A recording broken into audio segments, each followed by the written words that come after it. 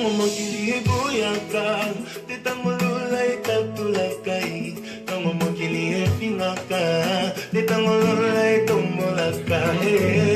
Nalingi Yesu, bayeba kombo ya Nzambe na ngai, Nzambe oyo abenga ngai, alabanda ya kotikanga te. Nalingi Yesu, bayeba kombo ya Nzambe na ngai, Nzambe oyo aponda ngai, nasalela utambo mwana na ngai.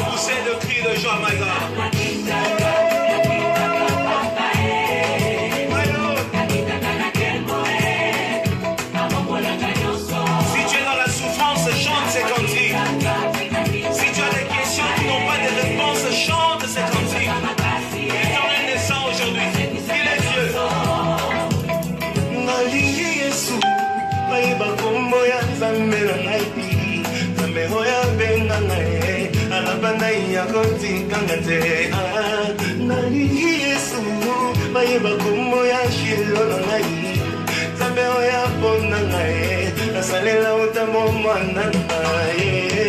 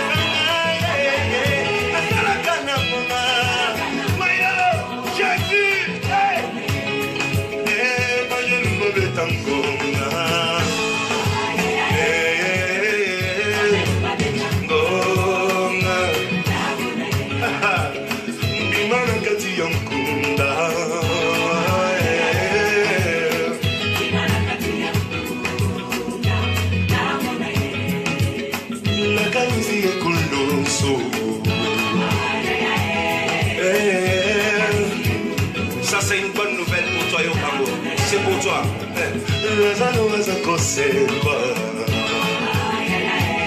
Aujourd'hui même, maintenant même, lève les mains, puis on y va. Allons la casoni à bonbon inayo.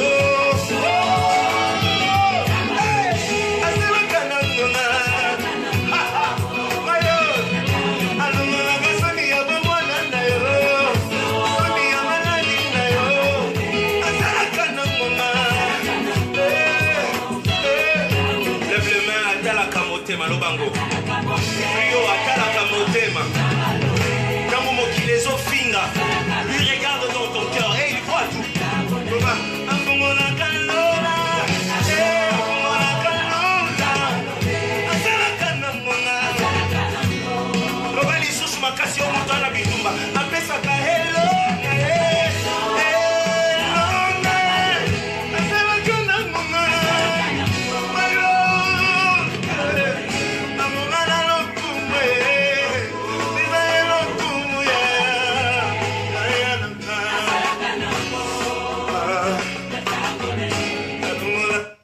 Voilà, que Dieu bénisse tous nos bien-aimés qui nous suivent partout dans le monde. Zambé apambolabino na émission Kitoko na Kombo Biemba Yemba. Otobandi émission na biso en tout cas. Batubele bazo remarqué que Soke Kobe 21h et Ketongito Banda, il y a toujours un problème parce que les images, en tout cas, je ne sais plus comment retrouver les images alors qu'avant c'était très facile. Il suffit de cliquer et puis voilà, l'image apparaît. Mais maintenant, et comme il n'a pas caprice, donc, tous comprendre que Ezali n'a pas caprice, il y a autre benga Facebook. Donc, en tout cas, te présenter ma excuse Nabiso pour la bande de Konyoso, Oyo Bazela Kibiso vraiment à partir il y a 21h juste. Alors, tous croire que prochainement, on va faire de notre mieux. De sorte que tous allons vraiment attendre, n'attendons tous tous présenter au Ezali émission Nabiso. En tout cas, au Ezali émission Nabino, na kombo ya Biemba Yemba, tous croient que Nzambe a kene vraiment ko pambo Nabino, ba nyonso bazola Nabiso partout dans le monde, topesi mbote na ba bazana mboka Congo Kinshasa, Angola, Belgique, na mboka ya Allemagne, na mboka ya Canada, présenter au Ezali et na mboka ya Syrie. Bao nyonso bazolanda biso na mboka ya Allemagne Nzambe apambola bino po tozo croire que mobateli malama sali biso ngolu to ya lisusu na émission oyo na kombo ya Biemba Yemba. Émission lelo tozongeli nzembo oyo tolandaki la fois passée na tina ya kombo tobengi na tango na ye. Tolakisaki bino que ba élément mususu eza na nzembo yo eza juste par rapport aux écritures et que tango zoyo ka nzembo c'est ça le but même il y a émission pour na ba kolanda biso pour la toute première fois tango bozoyo ka émission o na kombo ya Biemba Yemba but nango ezali sonner la sonnette d'alarme na ba nyonso bazolanda biso que tango zoyo ka nzembo songolo ya mutu na Nzambe to ya bana na Nzambe eloko ya liboso ezali yoka enseignement kokota na ambiance ya kobina te kokota na ambiance ya ba clip te kokota na ambiance ya basi baza na kati te to ya mibali baza na kati to batu ndenge balati non yokota nde na kati ya enseignement est-ce que enseignement o ezobiba kuna ezali juste parce qu'il faut comprendre que diable na temps tozali eloko akoki kosala ezali azwa kaka copie copie ya ndenge bana na ye babinelaka ye aye na wa koti soka na makambo tcheleka komba Yesu. Ésaïe chapitre 4, je crois le verset 1. Basio balinga bazo kaka kombo ya pamba mais elamba na kolia bango ba milesa mais pesa biso kaka kombo na yo. Ésaïe chapitre 4, je crois le verset 1. Ici kapi basio yo basepeli bazo na kaka kombo ya Yesu mais kolia na bango na kolata na bango nyonso ezala ya bango mo biso tolobi te église azarande mwasi oyo tous les désirs de la femme il faut se porter vers son mari donc tozo croire que biso na kolia na biso na kolata na kotambola na koseka na kombo nyonso tozo epa mobali donc soki to kokai na mobali te moi to kota lo les ateme ebele ya bayembi boko remarquer que na émission o tozo lakisa ke bayembi ebele bazoyemba bautilize kaka kombo ya Yesu me nyonso etikali na nsima eza libanda ya kosakana te. Tomoni nzembo moko ebimi dernièrement ya fanda na yo umela seko na seko. Tolobi fimbu nango ezoya fimbu nango ezoya po to comprendre ke batu nyonso barataki kokende pa jibe bao nyonso barataka kokende pa wera na kofi. Toyeko comprendre ke lokola kuna baganyaki na test te nzambe sikoyo permettre bango peut-être komona bango ke baza ba frère en Christ te kutu bato babinaka ndombolo bakosa bato babinda ndombolo bakosa. Toyeko comprendre ke ba vrai ndomboliste eyane bao baokotisa komba Yesu. Donc tolobi tobeta yango fimbu prochainement tosisana nu fimbu oyo sur nzembo oyo na tango na ye. Donc tosimba nzembo wana ya vanda na yo. Donc tozo comprendre déjà babiloko ya basala élection te soki bapesa batricote tozomona yango trop enfantin parce que biloko mosusu ezobeta masolo bokomona nzambo ndiye master na bino. Donc bozo comprendre mpe nzambo yango bozosalela te mais toutefois tokosimba là-dessus po toyebana kobeta yango fimbu parce que tomoni ke biloko ebele ezali kuna eza na ntina te. Nzambe apambola baye nyonso bazolanda biso oyo bazali en ligne. Tozo croire que nzambe asali biso ngolu po toya kopesa émission tobandiri directement tolobi boye ndeko azosimba un élément très important bao balandaki biso te na émission elekaki botala émission oyo tosalaki la fois passée bo comprendre pourquoi tobengi oyo ezali suite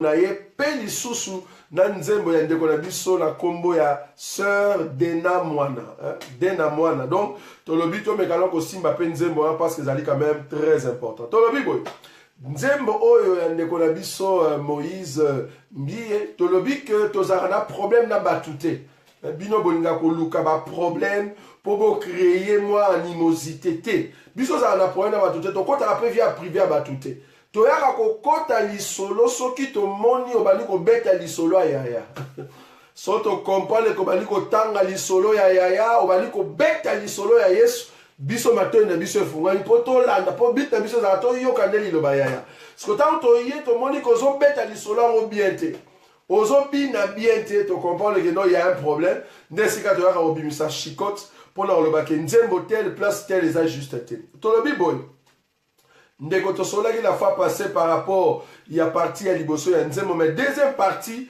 nalingi na simba place ndeko azoloba alongolaka soni nzambe alola ye asalaka na ngonga na tango na ye. Tolobi ke parti oyo ndeko azoyemba alongolaka soni nzambe alola il faut bokomprenaka biso ntango tooteya but na biso ezalaka liteya na biso ezalaka na miso etala na mabele te non liteya na biso ezalaka na miso etala esika touta. Donc ntango nazozwa loyembo nazolinga nabimisa likanisi ya esika na uta.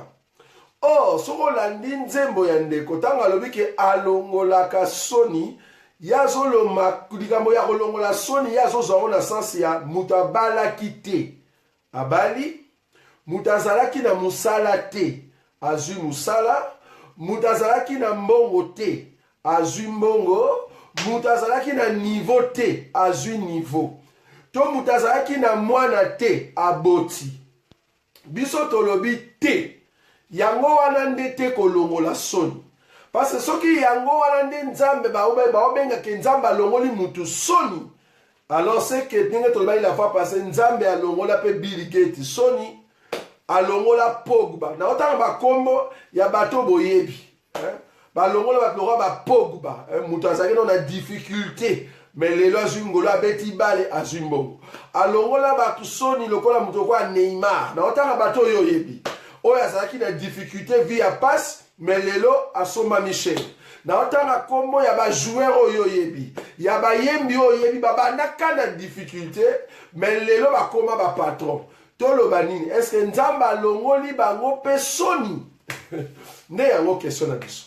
Basi oyo bakendeki kosambela quelque part na église mo soi-disant ya nzambe eke bazali kobota te nzambe asali bango ngolu baboti. Est-ce que nzambe alongoli bango mpe soni? Basi oyo awa na poto azalaki na mobali azobota te mais esalami que bamemi mwasi wana hôpital bazwi semence ya mobali bapose kopose mwasi wana ye kobota parce que soni mpona bino kolongola soni eza kobota mwasi wana ye kobota est ce que acte wana tobenga mpe balongoli mwasi oyo soni nazozwa baelema mpona tala eloko nini bino bozobenga kolongola soni o biso na bible lete otala kolongola soni eza makambo mosusu eza oyo ozobenga kolongola soni te do ntango ozoyemba alongolaka soni nzambe alola ye asalaka na ngonga na ntango na ye susi na biso ezali soni nini nzambe alongoli parce qu'il faut totuna question soni nini nzambe alongoli na kati na yo oyo esali ke okoyoka lisusu soni te eso sosoli biso parce que soki nzambe alongoli yo soni okoyoka susu soni te me okomonake bato wana alongolaki ye soni ya mwana aboti mwana me mwana mwa ekokola boye bandi ya kosakana te mwana wana abandi koyiba na kati ya bamagasin tokomprendre ke mwana wana alongolaki soni te soni oyo ozobenga ezali ntango obotaki me okomonake mwana wana koya na ye na mokili bandi ya suka abotami mwana mwasi kindumba ya kosakana te milimo nyonso ya kindumba elati ye tokomprendre ke mwana wana azosala soni ya mama na ye sikoyo toloba nini mwana wana alongolaki yo soni to ayeli yo soni omoni tozoloba ke parti bino bozosimba yango te moto azalaki na mbongo te asimbi mbongo eke aye kokota sikoyo na nzela ya bamagie to na nzela ya franc-maçon to na nzela ya baloge azalaki kosala te me bapropose nzela ya baloge akoti asimbi mbongo ese kosimba mbongo ezali kolongola soni tolobi non il faut koluka kolongola soni na bible ezali nini d'abord question na biso ya liboso nini bible ezobenga soni nafungoli écriture moni bit na biso eza nde yo ntango ozoyemba yemba liteya yemba likanisi ya lola koyemba likanisi ya mabele te tozalaka bato ya mabele te moni wana ozoyemba makanisi misu na se oyo tobengaka le bossu bato baza na mokongo egumbama miso etalaka na se tokomprendre ke ntango yo ozoyemba makambo ya mokili libala kozwa mbongo kolia parce que tokomprendre ke moto oyo atikaka kolia soso ya mobimba te soki alie soso ya mobimba nzambe alongoli ye mpe soli atuka selo nzembo na bino mpo awa na poto bato ebele na kinshasa azwaka ngolu te ya kolia ata soso ya mobimba mpe obwaka mikuwa me ntango toye mpe na poto awa soso ya mobimba kutu bazoyiso okolia ata 4 soki olingi donc tokomprendre bato wana mpe nzambe alongoli bango soni bakomi kolia soso ya mobimba bamisusu lokolo ya ngulu ye moko awa na poto soki olia lokolo ya ngulu ndaopekisa aza te me na kinshasa moyo olia yango eza te na kinshasa moyo olia lokolo ya ngulu eza te na bafrite na mayonnaise ketchup batyenyo mpe na likolo tala ngulu ya monene kuna eza luxe me awa na poto nzambe alongoli yo soni aye kolesa o lokolo ya ngulu tokomprendre soki yango wana kolongola soni alors toza na difficulté makasi kocomprendre c'est quoi kolongola soni tokei Genèse chapitre 2 Genèse chapitre 2 nasepelaka mingi ntango botiaka mwa elongi ya mwa moto azosekaseka esepelisaka mingi mpo nazocomprendre que bozolanda biso bisika bozali so botia mwa j'aime pour te comprendre que nous sommes ensemble. Genèse chapitre 2 Genèse chapitre 2 verset 25 la Bible dit ceci. Genèse chapitre 2 verset 25 la Bible dit ceci. N'attendez rapidement. Genèse chapitre 2, verset 25. La Bible dit, Dieu fit les animaux de la terre selon leur... Non, un instant. Genèse chapitre 2, pardon. Chapitre 2, le verset 25. N'attendez rapidement. Genèse chapitre 2, verset 25. La Bible dit ceci. L'homme et sa femme étaient tous deux nus, et ils n'en avaient point honte. Na écriture oyo bazoyebisa biso ke mwasi na mobali bazalaki bolumbu, pe bazalaki na soni te na bolumbu na bango. To comprendre ke awa mwasi nanu na mobali nanu bakwei te. Donc itangu Adam na Eve nanu bakwei te, bolumbu na bango ezalaka soni te. bolumbu na bango ezokoma soni na nsima ya lisumu. Mais bolumbu na bango ososwana biso ke ezalaka nde gloire nkembo. Lokola bazalaki bolumbu liboso ya Nzambe sans le péché, il vivait dans la gloire, dans la présence de Dieu, dans la face de Dieu. La Bible dit Dieu descendait chaque soir pour parler avec l'homme. Tu comprends que l'homme écoutait la voix de Dieu et respectait la parole de Dieu. Donc l'homme a qu'on vivre dans la gloire. Bolumbu na yezalaki sonité. Et soya kokoma soni tangu lisumu ekoti ne ba comprendre que baza bolumbu ba ke ko bomba bolumbu. Donc soni ya bolumbu yango ne tindika bango balata bilamba. Pas bomba bolumbu na ye. Alors qu'avant le péché ezalaki na nous gloire. Mais après le péché bolumbu est commis soni. Vous comprenez biso? Bolumbu est commis soni. Pourquoi? Parce que bolumbu essaie le péché.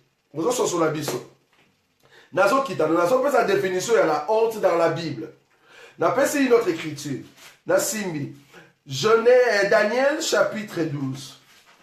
Daniel chapitre 12.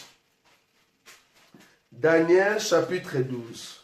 Nazo memayo ososo na biso kolongola soni ezani neloko ni bazo longola soni. Na ebisio ake bolumbu ezalaka soni parce que ezali ekosalama après le péché. Donc Adam oyazana lisumu tango azozala bolumbu nezozala le péché. C'est kasumuki. Nzamba tuni qui t'a appris que tu es nu. En d'autres termes, est-ce que liaki mbuma on a pekisa kiyo? Ah, donc ce qu'on lie mbuma on nzamba pekisi bolumbu na yo e komi soni. Donc soni ezalaka nde otosi nzambe te. Totangi écriture, nazoyano malem. Voilà. Daniel, chapitre, supportengai, pour nous rappeler ma casse, chapitre. Daniel, chapitre 12, verset 1. La Bible dit ceci. Daniel, chapitre 12, verset 1. Et aux amala, vous pouvez partager vidéo, parce que vous sunga bande kwebele. Daniel chapitre 1, Daniel chapitre 12, verset 1. La Bible dit ceci. En ces temps-là, s'élèvera Michaël, les grands chefs, les défenseurs des enfants de ton peuple, et ce sera une époque de détresse, telle qu'il n'y en aura point eu de semblable depuis que les nations existent jusqu'à cette époque. En ces temps-là, ceux de ton peuple qui seront trouvés inscrits dans les livres seront sauvés. Plusieurs de ceux qui dorment dans la poussière de la terre se réveilleront, les uns pour la vie éternelle et les autres pour l'opprobre, pour la honte éternelle. On a répété verset 2. Plusieurs de ceux qui dorment dans la poussière de la terre se réveilleront, les uns pour la vie éternelle et les autres pour l'opprobre, pour la honte éternelle. Daniel bazoko expliqué par Gabriel, par l'ange, que Nathan moko ezoya na futur, nzamba kosala ke ba oyo bakufa basekwa. Misusu bakende na lola, c'est-à-dire la vie éternelle, mais misusu bakende na soni oyo ekosila kate. Soni oyo ekosila kate, Daniel abengi yango enfer, c'est-à-dire honte éternelle, et sika wapi bana o basala masumu bakokende. En d'autres termes, ba o nyoso ba respecta nzambe te, bango nde bazokende na honte éternelle. Donc la honte éternelle ezozala nde l'enfer. Mais gloire, tout le respect ya nzambe ezomema mutu nde na vie éternelle. Tu comprends que vie ya enfer, yango nde ezalaka soni ya libela, et que la gloire ezozala mutu à vivre la vie éternelle avec Nkolo. Donc, mutu nyonso ya kufa sans Jésus, akufa sans la parole, bon comprendre que mutu wana kokende na la honte éternelle. Or, pour kende na honte éternelle, il faut zala mutu oyo otosaki nzambe te po liaki mbuma. Siko bolumbu na yo ekomi soni. soki bolumbu no ekomi soni ekokufi na soni wana okokende na soni éternel oyo ezali enfer. Nazo continuer. Napesi notre écriture. Proverbe. L'andana biso nazo expliquer c'est quoi la honte dans la Bible. Parce que soni pona yo soki soni yango wana nazo kamba penda on sait que bato ebele donc basi balongola bango pe soni. Napesi Proverbe chapitre 3. Le but ici c'est de te donner l'enseignement clair par rapport à une situation. Proverbe chapitre 3, le verset 35. La Bible dit ceci. Les sages hériteront la gloire. Si ma bien. Proverbe chapitre 35. Les sages hériteront la gloire, mais les insensés ont la honte en partage. Tu comprends dans l'écriture que Baoyo bazali sage, napesio Matthieu chapitre 25, les femmes sages. Bao bazala sage, Bibili ezoloba, bangonde muto bayoka ki iloba nzambe comme il faut, bango bazana héritage ce qui est la gloire de Dieu. Mais ba insensé, c'est-à-dire ba oyo, ba yoka ki iloba nzambe te pe ba tosaki yangote, c'est-à-dire les païens. Bango wanande bakoye balako vivre la honte éternelle. Bibli ebengi bango Bibli lobi les insensés ont la honte en partage. C'est-à-dire bomo ina bango ekeko suka na soni. Metant totanga ki epai ya Daniel abengi yango soni ya libela. Na semi dernière écriture, Apocalypse chapitre 16. Nazo expliquer la honte dans la Bible. Apocalypse chapitre 16, le verset 15. La Bible dit ceci. Apocalypse 16, verset 15. Voici, je viens comme un voleur. Heureux celui qui veille et qui garde ses vêtements, afin qu'il ne marche pas nu et qu'on ne voit pas sa honte. Merci. Yesu alobi azoya. Ezali malamu pe esengo na ba o bazali ko veiller à la parole. Mais ba oyo nyonso pe bazali na bilamba nde ba ezali malamu. Mais ba oyo nyonso bazangi bilamba ezali on dirait bolumbu na bango emonani. O ezali soni na bango. To comprendre que soni ezala nde bolumbu. Bolumbu après le péché. Maintenant, pour te comprendre maintenant eloko nini nzamba ko longola comme soni. Boso soni biso. Et loko nino nzambe sengela longola na bomo na lokola soni. To comprendre que loko nzamba ko longola na yo o ezali soni, ezala randa pesio elamba. Nzambe soka pesio elamba abombi soni na yo. D'autant toloba ke alongola ka soni nzambe ya lola, tozolinga netoloba alongola ka lisum. Ah. Tozolinga netoloba abombaka o ezalaki salité ya bomoi nanga. Parce que autrefois j'étais païen, autrefois j'étais dans le péché, autrefois je vivais comme tout le monde. Mais nzamba longoli soni nanga apesinga elamba ya sika pona bomba bolumbu nanga. Omoni? D'autant tozoyeba alongolaka soni nzambe ya lola, ediko bake nzambe ya lola apesi biso elamba po abomba bolumbu na biso ezalaki soni. O mutu nyonso alati elamba, Yesu azobenga eke azoveye. Eke ta nkolo akoya azokende. Or, elamba ezalaka elamba yo ozolata te. Yango mpe bolumbu na obetawa. Eza bolumbu physique te. Omoni po tobetaka masolo physique te, tobeta masolo alola. En fait, elamba ezanini. La Bible dit revêtez Christ. Tozo croire que elamba biso tolataka ezalaka nde l'enseignement. La Bible dit la parole se fait chair.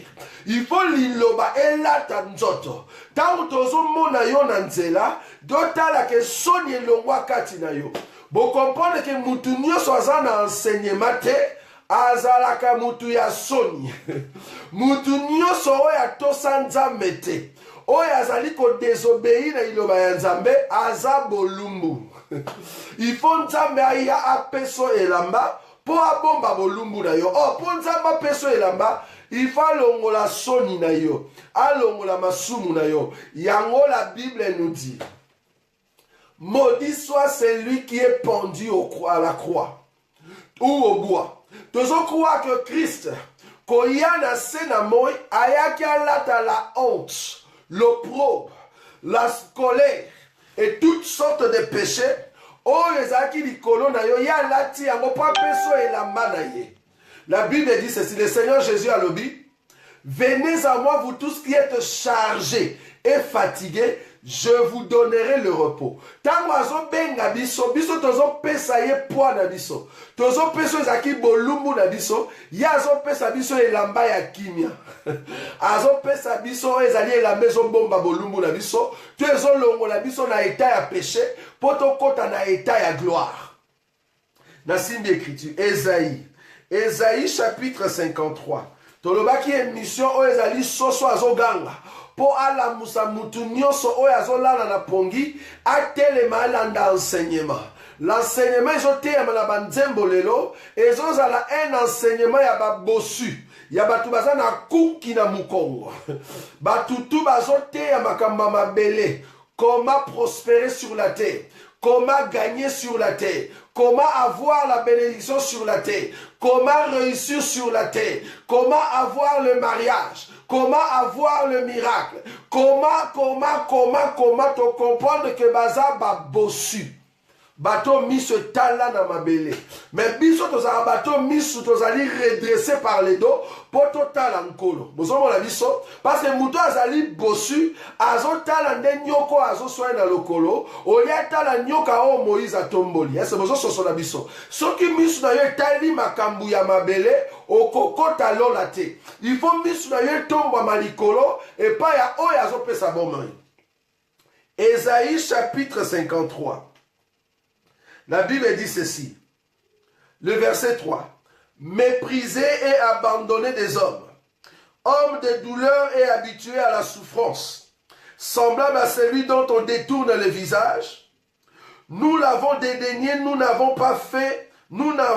fait de lui aucun cas. Cependant, ce sont nos souffrances qu'il a portées, c'est de nos douleurs qu'il s'est chargé, et nous l'avons considéré comme puni et frappé de Dieu et humilié. Mais il était blessé pour nos péchés, brisé pour nos iniquités. Le châtiment qui nous donne la paix est tombé sur lui, et c'est par ses meurtrissures que nous sommes guéris. Le châtiment qui nous donne la paix est tombé sur lui. Si nous sommes dans la paix aujourd'hui, c'est parce que le Seigneur Jésus a porté l'ignominie, a porté l'opprobre, a porté la honte à la croix. Donc, bon moïnabiso le loto lata Yesu, Yesu azaki ressuscité. C'est-à-dire, Yeo azaki na pouvoir ya ko pesa bon moïna et ya ko reprendre ngo, a pesi bon moïna na croix pour a crucifier notre honte. Yango il faut kufa bolumbu. Il faut kufa na croix bolumbu, c'est-à-dire apporter la nudité de tout homme qui était dans le péché. Lui qui n'était pas un pécheur, mais il s'est fait pécher. Et c'est bon sur la biso. De sorte que yozaki bolumbu, yeso andimia kufa na croix bolumbu, pas peso elamba. Totuna ki question. J'aime ça. Totuni question tolobi yeso akufa. Bon, ezali question tozotuna. Réponse na ngobo komela biso. Bino mutu bolingaka l'enseignement, la parole. Totuna ki question boy. Yesu akufi na ekulusu bolumbu. Bibili elobi boy. Joseph d'Arimathée na Nicodème baye bazwi corps ya Yesu po basenga kinzela ya Pilate. Ba memi yango na sépulcre. Mais avant ma mema yango bakangi nzoto ya Yesu ezalaki bolumbu bakangi yango na balinge. C'est-à-dire, dans la Bible dit ceci, que notre Seigneur Jésus, tunique à l'attaque, pardon, mutba mema qui n'aurait pas mutumoko, pe et la moi l'attaque dit qu'on a quatre morceaux.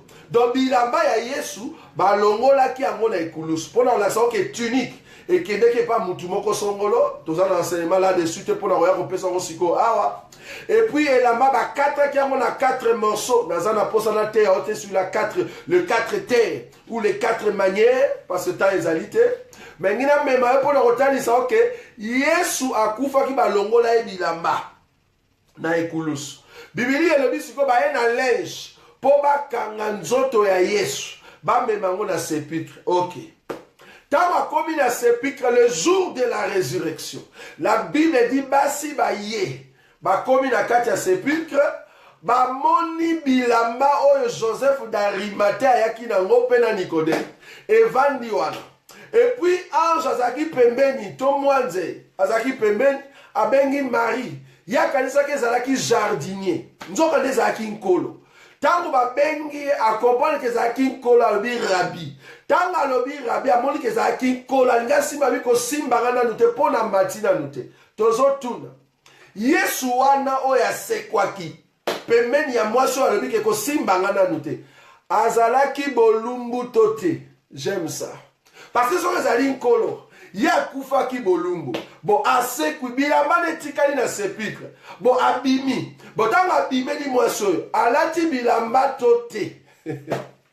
La Bible dit tango Pierre na Jean baye bakuti bilamba wana na kati ya sépulcre. Bazongi. Yesu aeko apparaître na kati ya ndako na chambre haute bisika bazalaki. Yesu abimelaki bango bolumbu na simba bango na lingala mutakala to azalaki na bilamba. Nde yango nde pestobi évangile ebi ko répondre nyos. Luka mo la Bible. Kende Luka la Bible ozwa ndeko. On comprend que pour te répondre c'est par l'évangile. Est-ce que Jésus-Christ était nu le jour où il a apparu aux disciples, alors qu'il est mort nu, alors qu'il a été enterré avec de linge, mais le linge est resté dans le sépulcre, mais il est sorti. Mais quand il apparaissait, est-ce qu'il apparaissait nu? Les deux disciples na chemin à Emmaüs, bazo tambola na Yesu. Yesu alataki bilamba tote. Ah, la Bible. Ne plastolobi, sokoza pasta ya makolongulu. Ah, obeta mabaku. Pour awezo senga bato bazana lisu ya komona de Genèse jusqu'à l'Apocalypse soki Yesu alataka bilamba tote. Tolobi tozui question to bombarder yango sur le média ba o bali ba kota poto partager ba koti.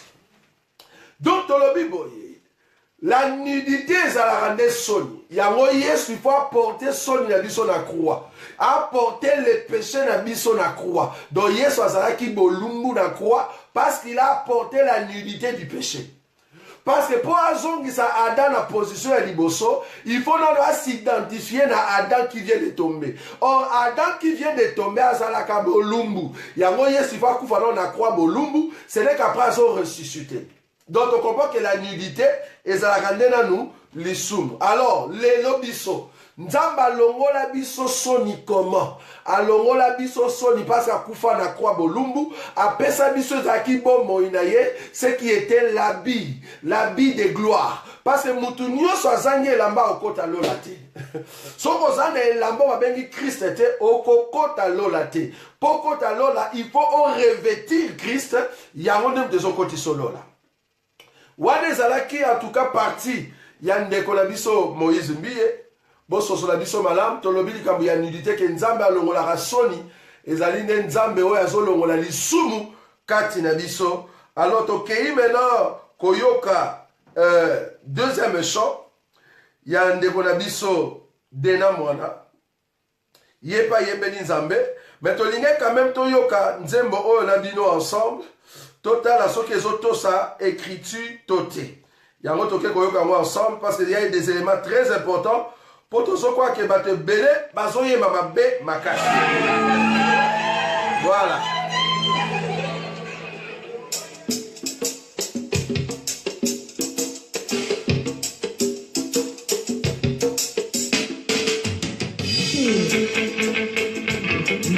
Les anzembo boyo liki, nzembo bate bele bayo kaka.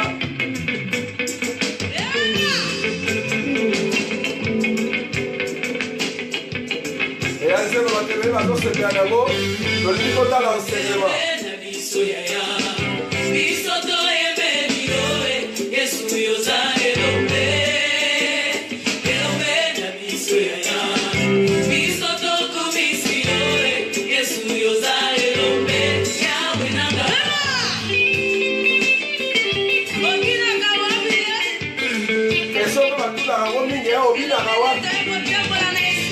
Simba bona vanda na yo simba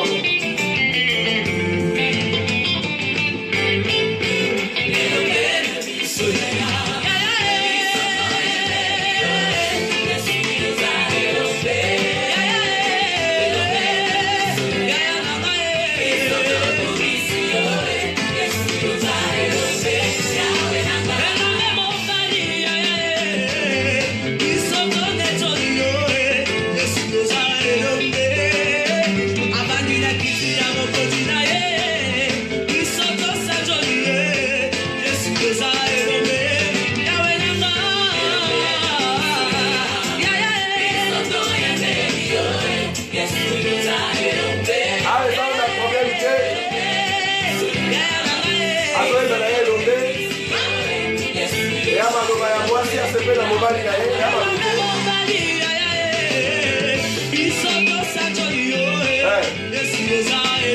tokaka nzembo na enseignement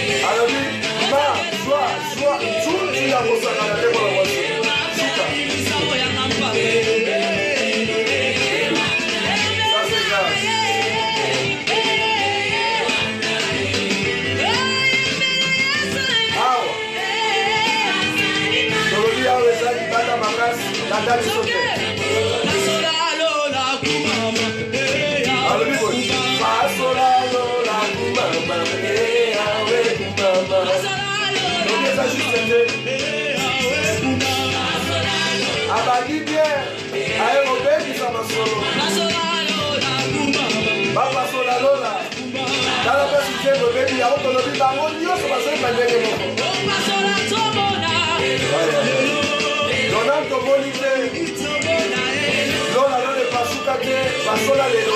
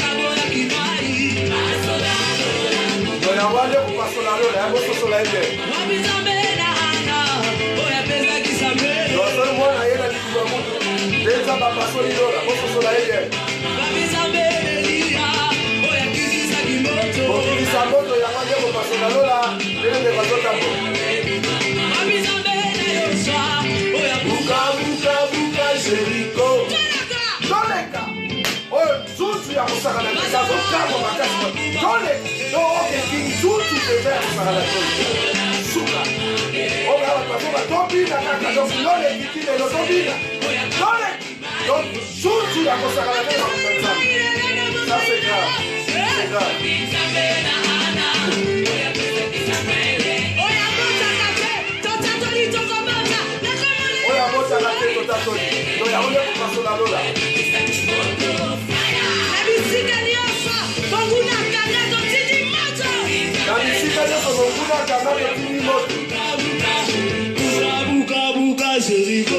Tolobi a enseigné mes alibanda.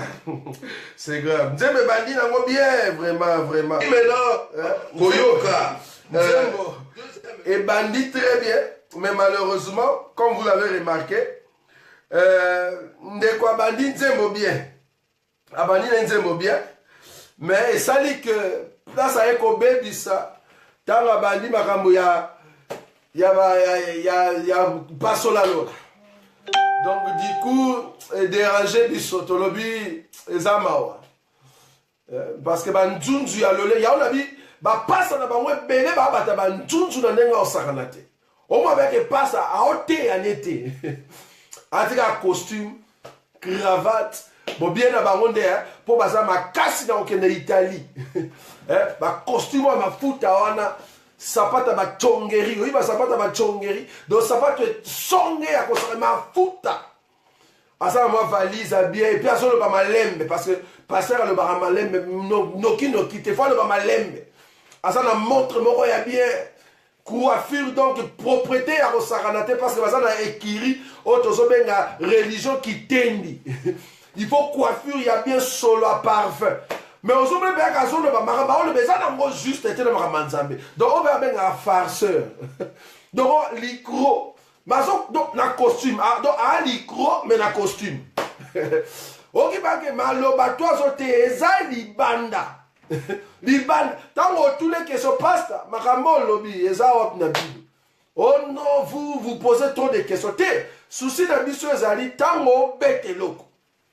Mwana na nzamba yo kana lito ya lola. Donc lito ya lola ndezo sunganga pona zo bombo. Mais so na zui bombo ite motema na nyezo kapasi. Tolobi na nzembo oyo tango ndeko azoyemba ciel ezali fermé. Donc dire yazo yemela biso ke nkolo yako pasola nde lola. Ko pasola lola siko ezali nzamba kitisi moto abengani ba satana tineli bango fire. Nzamba be apapesi bana do yango ko pasola lola. Biso to ngi to expliquer na likambo ya ko pasola lola.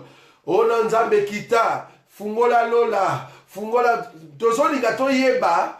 Au fait soki lola fungwa makape ya solo to fungwa mate. To pesa na pe moi écriture en poto comprendre. La Bible dit ceci. Dans Deutéronome, bon comprendre que va dire comme la souka.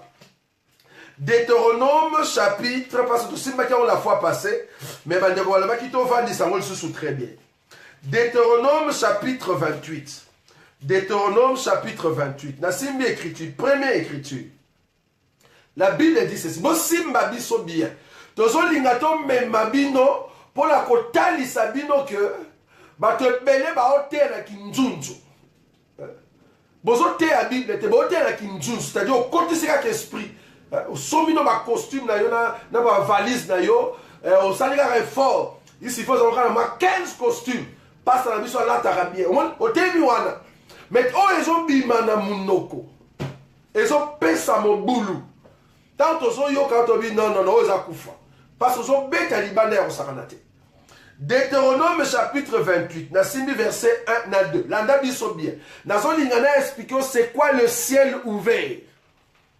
Tout le monde comprend de l'eau la bienté. Le verset 1 est le Bible. Deutéronome chapitre 28 verset 1. Si tu obéis à la voix de l'Éternel ton Dieu, en observant et en mettant en pratique tous ces commandements que je te prescris aujourd'hui, l'Éternel ton Dieu te donnera la supériorité sur toutes les nations de la terre. Babandi considère la bénédiction, n'a sauté. N'a vu le verset 12. Donc, awa, ce qui ont aussi l'Ilobananzame, ô Israël, Nzamba kopé sa supériorité sur Mokili Mobimba, ba nation nyoso, Père Bani Kotanga, ba bénédiction, Bani Koyana C. Verset 2. Voici toutes les bénédictions qui se répandront sur toi et qui seront ton partage lorsque tu obéiras à la voix de l'Éternel ton Dieu. Natangi 1 à 2. Na sauté maintenant. Verset 12. Donc, na 2 balobi tala ba bénédiction nyonso ekolanda yo soki ozoto sanzambe. Na verset 12 balobi. L'Éternel t'ouvrira son bon trésor. J'aime ça. Nzamba kofungola trésor. Donc, Nzamba zalaka na trésor. Bisika bomba biloko a motuya. Nzambe siko alinga fungola trésor wana na mutu nyonso oya tosi. Mais avant tosa il faut zana nu mwana ya Israël. Soko za Israël te tika nanu parce que trésor ezo concerné yo te. Pour la fungolela yo trésor na ye, il faut zana nu mwana ya Israël. Bongo yo tosi otie musana ye, otie liloba na ye en pratique. Alors nkolo ko fungolela yo les bons trésors. Trésor ango eza nini wa yo zo kele bandaku ba voiture, ba Hammer, soki ba Maserati, soki ba Maserati. Donc yo so mona nde bandaku biloko amokite. Tala trésor ya Nzambe. La Bible dit ceci. 12. L'Éternel t'ouvrira son bon trésor, le ciel, pour envoyer à ton pays la pluie en son temps. Asala kanangonga na tango na ye. Mbula peko ya na tango na yango. Mais pour ya, il faut tout ça na nunzambe pour afungolela yo trésor na ye. Trésor en walobi, le ciel. J'aime ça. Donc, ce que yo sont tous en nzambe, le ciel est appelé. J'aime ça. Ce que sont tous en nzambe, c'est que l'eau est appelé. Nzamba otinde la yo moula. À continuer. Pour envoyer à ton pays la pluie en son temps et pour bénir tout le travail de tes mains. Tu prêteras à beaucoup de nations et tu n'en prêteras point. Muto et azoto sanzambe, nzamba kofungola trésor qu'on appelle le ciel. Soka fungo le ciel les arandés direct. J'aime ça. Soki nzamba fungoli etirete wana to otika komona loboko na nzambe te. Mais soko tosaka nzambe, nzamba fungoli lui etirete wa benga le ciel. Genèse chapitre 1 à ce que le ciel les arandés l'étendue qui sépare les eaux d'en haut dans les eaux d'en bas. Siko et le ciel wana ekangamaka. Mais ce que pour efungwama efungwamaka pona Israël azotosa nzambe. Soki Israël atosi nzambe na maloba ya nzambe, le ciel les a polele, alors nzambe akiti simbula. Napesi écriture mosusu. Deutéronome chapitre mango, verset 28, chapitre 15. Napesa kiyo d'abord Deutéronome chapitre 28, verset 1 à 2. Après, on a kopesa verset 12. Si on a sauté dans le verset 15. Deutéronome chapitre 28, le verset 15. Dans la question que soko zoto sa nzambe, nzamba kopesa yo ba bénédiction, les trésors du ciel, les trésors pardon de Dieu. Oh, ils ont dit le ciel, de sorte que moula ekwe likolo na yo pose à la béni. Maintenant, verset 15 est le Bible. Mais si tu n'obéis point à la voix de l'Éternel ton Dieu, si tu n'observes pas, ne mets pas en pratique tous ces commandements et toutes ces lois que je te prescris aujourd'hui, voici toutes les malédictions qui viendront sur toi et qui seront ton partage. Donc, ce qu'on a nzambe malédiction et koya likolo na yo. Si kotala ba malédiction yango, verset 23. Voilà, tangaki 15, c'est-à-dire verset 15, verset 23. Tala mais la malédiction parmi les malédictions. Verset 23. Le ciel sur ta tête sera d'airain et la terre sous toi sera de fer. L'eau la pona yo kozala ya libende. Et kangama. Ma belle pona yo kozala pe ya libende. Et kangama. Donc, vous voyez, on a la bénédiction et qu'on s'en a. Pourquoi? Parce que l'eau là est kangami, basane wo ya libende pour auto sanzambete. Bakangeli l'eau là parce que auto sanzambete. D'autant que vous pas sola l'eau là, et ça on dirait yo zo yemba nzembo wana. En réalité l'eau là pour na yo na ne pas soukate. Donc on senga ndemba wana nzambe to comprendre ko amo pagano. O ande paye. Si vous avez un passo la loi, pas bête l'ombula. Si vous comprenez bien ce que vous voulez, parce que Mouto, ceux qui ont passo là, azolinga quoi ça les trésors. Trésors aux le ciel, et ont quoi ils ont des moula. Les éclisses ne savent pas ceux qui peuvent mouler quoi. N'a pas su écriture beaucoup. Un roi, nazoya no malembe poso sur la biso likanisi ya bato ba yemba passo la lola. Parce que lingi penze mango mingi ozola nane ki nzunzu ya ndeko wana. Tellement ça nzunzu makasi. Na oziamo dozola. Un roi chapitre 8. Un roi chapitre 8. Na signe d'écriture. Un roi chapitre 8 verset nango 35. La Bible dit ceci. Un roi chapitre 8 verset 35. Quand le ciel sera fermé et qu'il n'y aura point de pluie à cause de leur péché contre toi, s'ils prient dans ces lieux et rendent gloire en ton nom, et s'ils se détournent de leur péché parce que tu les aurais châtiés, exauce-le des cieux, pardonne les péchés de tes serviteurs et de ton peuple d'Israël, à qui tu enseigneras la bonne voie dans laquelle ils doivent marcher, et fais venir la pluie sur la terre que tu as donnée en héritage à ton peuple. Ah!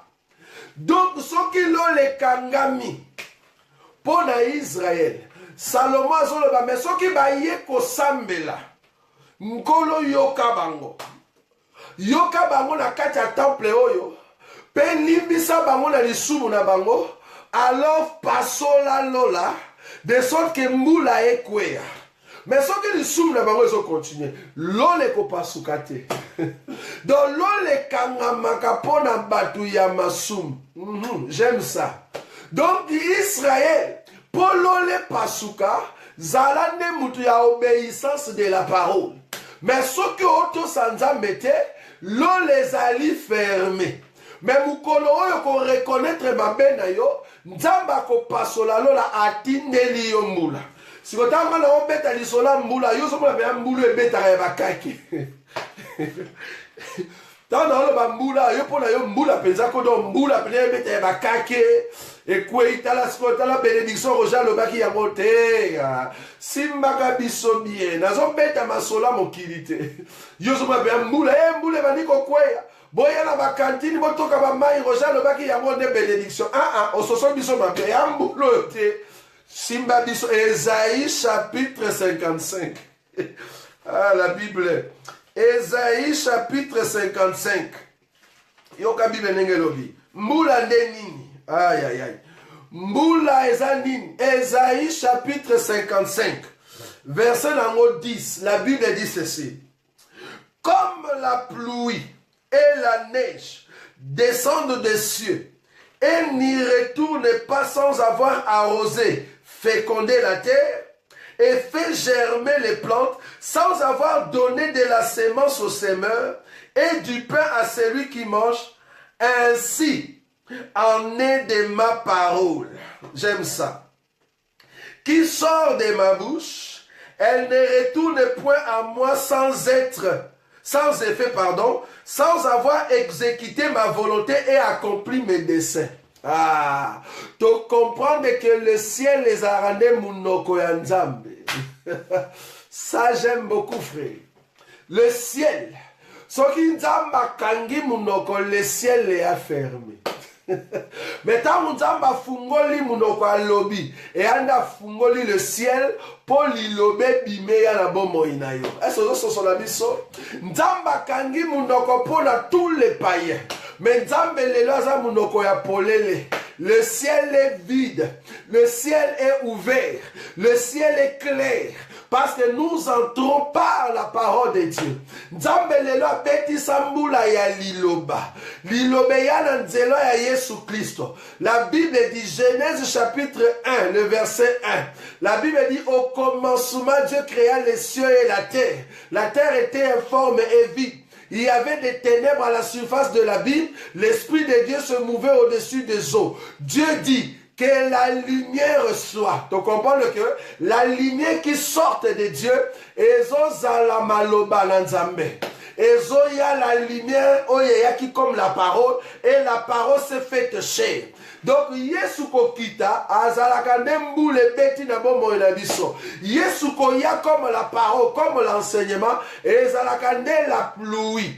Yesu kokita sous forme de l'esprit, na jour ya Pentecôte. Oya ye comme l'enseignement, na mitema ya ba disciple, et azalaka nzamba beti simbula na mabele.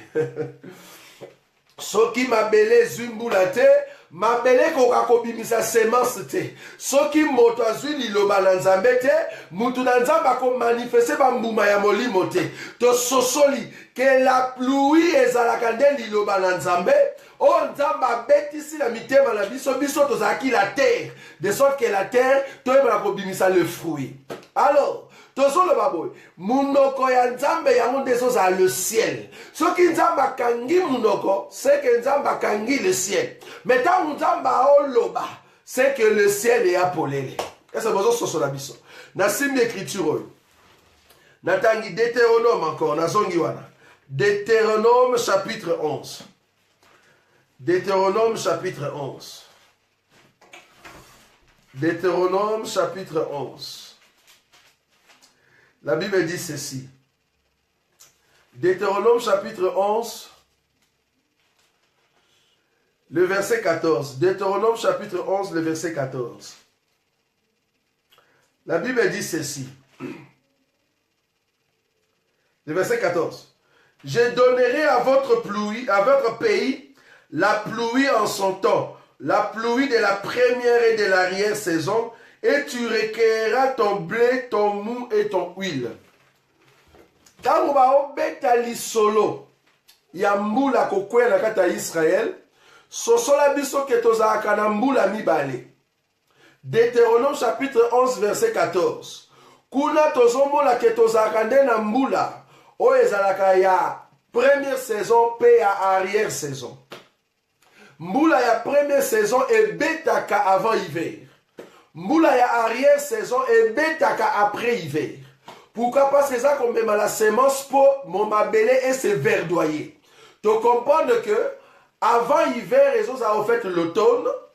Après hiver, les autres ont fait le printemps. Donc, dans le printemps, nesika pimbula ezoya comme la semence pour mo qu'il est verdoyer. On dit baloba ki na kotinde bino ba mbula nyoso mibale. Mbula ya liboso za na mbula ya avant l'hiver. Pembula ya mibale kozala après l'hiver, c'est-à-dire ya printemps. On a Israël terrestre, nzamba tindela bango na mbula ya liboso ya arrière saison. Tozobeta mbula a lokola mbula physique te comme l'enseignement. Yesu oya ya na kati ya Israël et les prophètes bazalaka na mbula oye beta ya première saison na Israël. Na zongeli. Tous les prophètes o baleka na Israël tina Yesu ndenga yaki bango nyonso bazozala nde le prophète azobetisa mbula to le protombula o ezokweya ya première saison. Alors il faut que Israël a pensé na ta ya hiver, c'est-à-dire na ta ya froideur, c'est-à-dire pas comme un pio glacé. Pour l'air mboule betaki et même qui semence c'était au côté et yende ko annoncer la froideur. Alors, après l'enlèvement de l'église, il faut nzambatin de la Israël mbula musus. Mbula oye kosunga bango po bala muka, c'est-à-dire banzete épée c'est comme un verre. Pour ebanda ko germer. Pour lelo Israël azo germer te parce que azana nata ya froideur. Hiver ezo beta enan parce que biso nanu to keite. Présence na biso sur la terre eza ko annoncer que Israël azana hiver.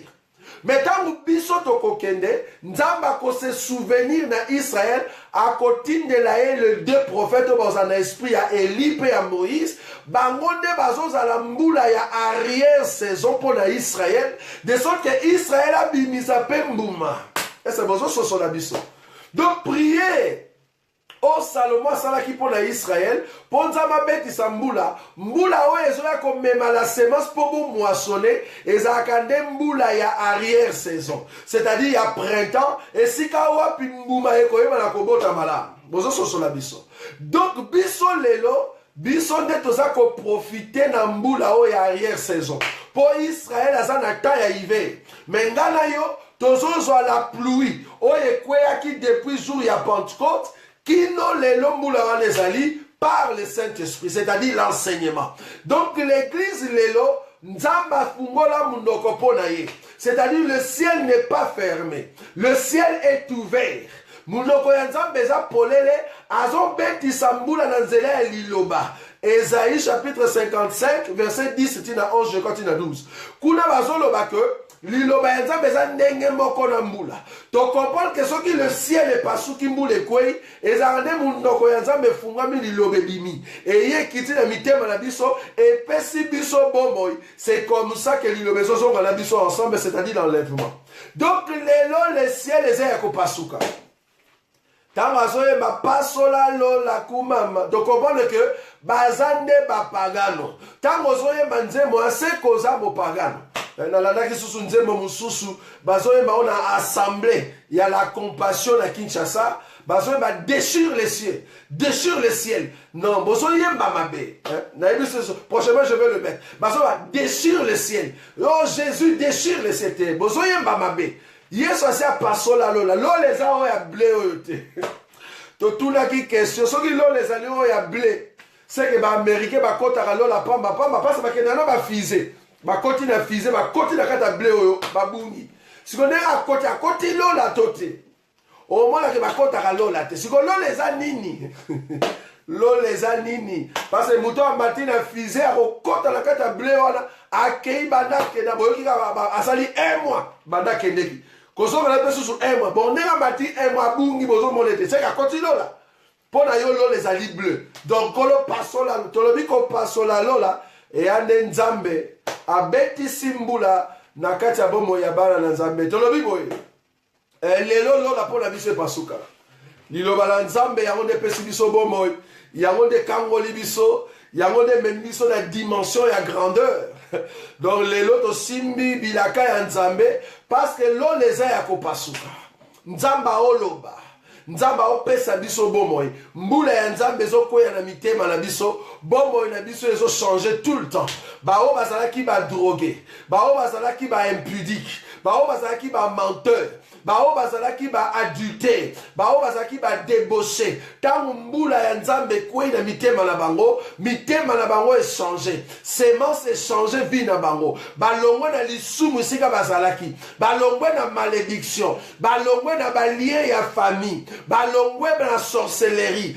balongwe na mensonge balongwe na alcoolisme balongwe na drogue balongwe na toutes sortes de péchés parce que bazalaki sauvage faki nzambe abetisa mbula na bomoi na bango o mbula ekoki kobeta te soki lola epasuki te faki nzambe aloba mpo liloba na ye eya la parole s'est faite chair en nous tozwi l'enseignement de Dieu parce que nzambe afungoli lola afungoli munoko na ye poto ya maliloba na nzambe yango lelo tobongwana yango tolobi toza bana na nzambe mpo nkolo afungola lola ti lelo lola eza polele nzambe akokanga munoko mokolo kaka biso tokomata soki tomati tokoti na kati ya lola nzambe akangi munoko mpo na banation ndenge naloba nini mokolo tokokende na enlèvement grâce ekozala susu epa banation te c'est-à-dire mbula ekobeta so epa banation te me nzambe akoki kofungola munoko mena na Israël na nzela ya les besoins esika wapi bakoteya les mêmes enseignements que nous sommes en train de prêcher c'est là-bas que Dieu va commencer à parler à Israël par le biais des besoins. Mais lelo nzamba olobela biso lo les apolele yango totonda na esengo tangu tozo yemba tozo kumisa nzambe to comprendre que biso lo le fungwa mandeko lo le kangama te donc tango zo pasola lo to komba eza lo na biso te tango zo ba ke nzamba pasola lo les nzambe na biso te parce que ya biso asi a pasola lo la to kumisi nzambe na ba nyoso balandi biso partout dans le monde. Nous sommes l'Assemblée des élus de Bruxelles. Nous résidons sur rue Goethe, numéro 21-25, 1070 Anderlecht. Visiter Bisso, venez. Là où nous partageons la parole de Dieu dans la profondeur. Là où nous entrons pour décortiquer la parole de Dieu. Vous êtes les bienheureux de Dieu si vous venez seulement pour écouter cet enseignement qui change la vie. Ceux qui nous ont visiter Bisso, nous manquer en tout cas que vous allez bénir au milieu de nous. Nzamba pambola bino. Tozoye bisabino que rendez-vous ya munene bino mozona na biso partout dans le monde. Tant mususu ozwi biso te en direct. Mais ozwi ngolu ya kolanda émission na nzela ya YouTube. Toza ko invité yo le 23 décembre à Bruxelles sur rue de Genève numéro 470B 1030 Naskrabek. Boya eza journée à louange paix adoration et si ka pitoko te ya sur biyemba yemba toko simba banzembo ebele pe si ka pitoko annoncer la parole de Dieu et Dieu sera béni. En tout cas nzamba pambola ba nyonso balandi biso partout dans le monde na mboka Kinshasa na mboka partout hein. Dans ce pays comme on a mon frère, mon pao, mon konzi, Nzamba Pambolayo, Jérôme Banangou, Nzamba Pambolayo, Badimo, Badibanga, Kia Kumbuta, Peuple le moindre Lokwa. Que Dieu vous bénisse, Roland Kalonji. En tout cas, que Dieu vous bénisse. Maman Elali, sœur Irène, tous ceux bien-aimés qui nous suivent, la sœur. Ma soeur Nabiso na Allemagne, le frère Mosessi, le frère Martin, le frère Guy Bassafoula, tous nos bien-aimés, même na Canada, le bien-aimé Adélar, que Dieu en tout cas vous bénisse. Nous sommes un peuple que le diable est en train de rechercher en ces temps de la fin. Il a besoin de nous détruire. Mais nous croyons que Nzambo Azobate Labiso, vérité qu'on continue, qu'on bima toujours, parce que Nzamba Zali Nzambe, Topamboli Penderonabiso, le choix de Dieu, que Dieu vous bénisse, bon continuez toujours qu'on en a enseignement, Nzambe Akopambola Biso, Ndekototo, que Dieu te bénisse aussi, pour na ba amen na bino bisika so besoin mi juste pour pesi biso amen amen pour la relation que émission bo se plaît ki na makasi tozolo ba que émission ezo changer ba vie ebele ezo mema ba to ebele kokota na dimension ko luka nzambe et bino ba enyo so besoin na émission bo comprendre que petit à petit si vous êtes la bonne terre nzamba ko yeba la ko cha o ezali la parole pe lobi boko faire doyer boko bimisa mbuma ya malamu. Que Dieu en tout cas vous bénisse partout ici quand vous avez Kibiso. N'oubliez pas le 23 décembre 2017 à Bruxelles, un événement à ne pas manquer, là où nous allons louer Dieu dans la grandeur. En tout cas, que Dieu vous bénisse. Merci beaucoup.